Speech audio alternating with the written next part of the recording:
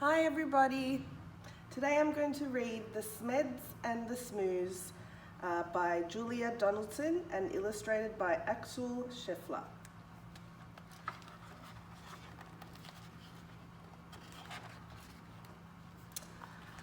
By Lubilla Lake on a far-off planet, there lived a young Smed and her name was Janet. Not far away on a Humpty Hill, there lived a young Smoo by the name of Bill.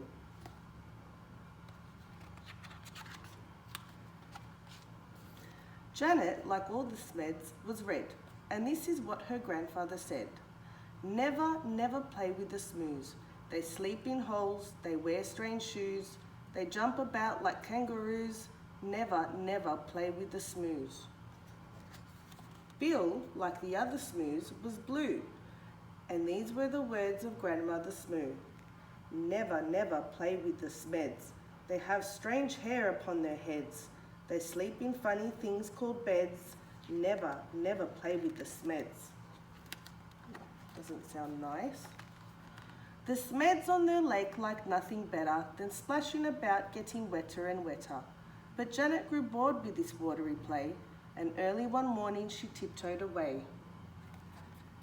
The Smoos jumped about on their Humpty Hill. They bounced up and down it and never stood still.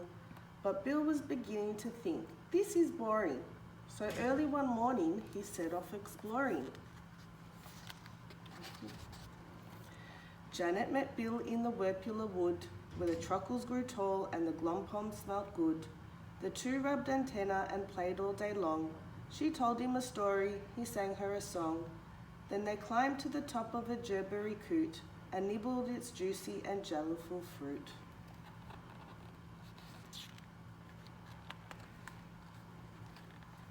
Till who should disturb them but Grandfather Smed, shaking his fist as he angrily said, Never, never play with a Smoo. There's such a nasty shade of blue. For the 100th time I say to you, never, never play with a Smoo. Grandmother Smoo was close behind, and this is how she spoke her mind. Never, never play with a Smed. There's such a dreadful shade of red. I'll say again what I've always said. Never, never play with a Smed. Oh, don't look very happy. Years went by on the far-off planet. Janet missed Bill and Bill missed Janet, but off they crept wherever they could to sing and play in the Werpula wood. The two of them grew and decided to wed, but what do you think, their grandparents said? Never, never marry a Smoo. They're a beastly bunch, they're a crazy crew. They drink black tea, they eat green stew. Never, never marry a Smoo. Never, never marry a Smed. My dearest child, are you off your head? They drink pink milk, they eat brown bread. Never, never marry a Smed. Janet and Bill stole out that night. While the family slept and the screen shone bright, they clambered into the Smed's red rocket. Grandfather Smed had forgotten to lock it. Bill pressed the button and Janet steered. When their families woke, they had both disappeared.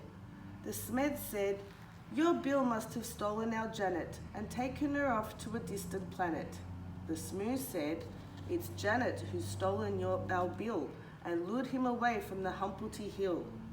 The Smoos climbed into their rocket of blue, and they said to the Smeds, You had better come too. Suspicious and scowling, they soared into space, till they reached planet Vumjum, a dry, dusty place. The Vums had long arms which they waved in the air, but they didn't have news of the runaway pair. The next stop was Lurgelstrop, covered in roses, and watered by beasts with small eyes and long noses.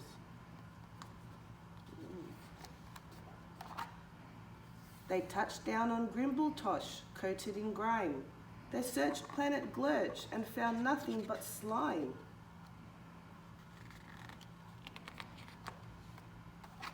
One morning, the Smoos found they'd run out of tea, so the Smeds shared the milk, which was pink as could be.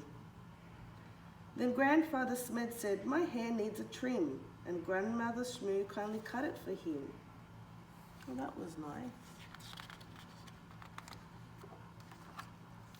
They landed on Shkloop, where the Shkloopies wore kilts, then flew to Klabloo, where the Clabs walked on stilts. They searched all year long, then they searched longer still, but they didn't find Janet, and they didn't find Bill. Alas, said the Shmoos, and the Smed said, alack, we have failed in our quest, we had better turn back. So they turned and flew home to their very own planet, and far down below them they saw Bill and Janet. The rocket touched down and they ran to the wood where the truckles grew tall and the glompoms smelled good. And there in a glade by the rocket of red were the runaway Smoo and the runaway Smed. They'd got lost and flown home again, only to find that all of the others had left them behind. There was joy, jam and jumping. Then Janet said, maybe you'd like to make friends with our dear little baby. A baby? A red one. A blue one? No. The baby was purple from head to toe.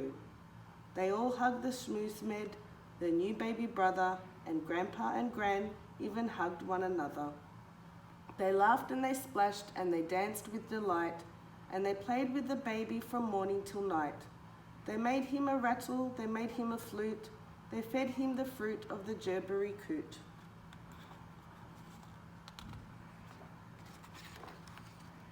Then they sang by the light of the silvery squoon, and you can sing too if you make up a tune. Play with the Smeds and play with the Smoos, play with whichever friends you choose. Then close your eyes and while you snooze, dream of the Smeds and dream of the Smoos.